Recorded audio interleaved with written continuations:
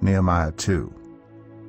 In the month of Nisan, in the 20th year of King Artaxerxes, when wine was brought for him, I took the wine and gave it to the king. I had not been sad in his presence before, so the king asked me, "Why does your face look so sad when you are not ill? This can be nothing but sadness of heart." I was very much afraid, but I said to the king, "May the king live forever. Why should my face not look sad when the city where my ancestors are buried lies in ruins, and its gates have been destroyed by fire?" The king said to me, "What is it you want?"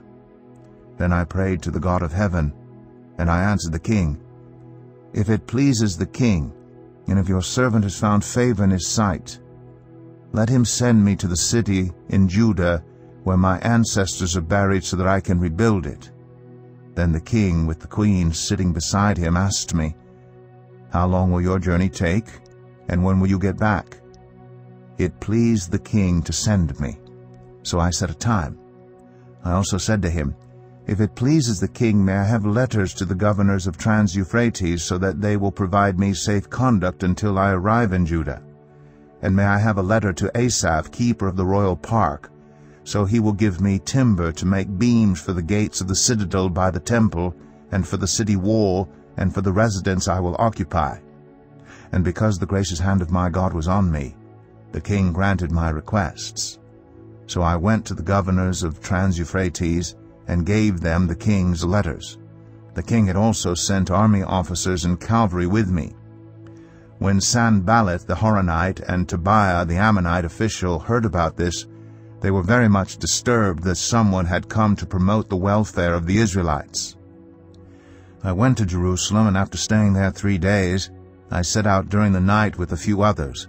I had not told anyone what my God had put in my heart to do for Jerusalem. There were no mounts with me except the one I was riding on. By night I went out through the valley gate toward the Jackal Well and the Dung Gate, examining the walls of Jerusalem, which had been broken down, and its gates, which had been destroyed by fire. Then I moved on toward the Fountain Gate and the King's Pool, but there was not enough room for my mount to get through. So I went up the valley by night, examining the wall. Finally I turned back and re-entered through the Valley Gate. The officials did not know where I had gone, or what I was doing, because as yet I had said nothing to the Jews, or the priests, or nobles, or officials, or any others who would be doing the work. Then I said to them, "You see the trouble we are in. Jerusalem lies in ruins, and its gates have been burned with fire.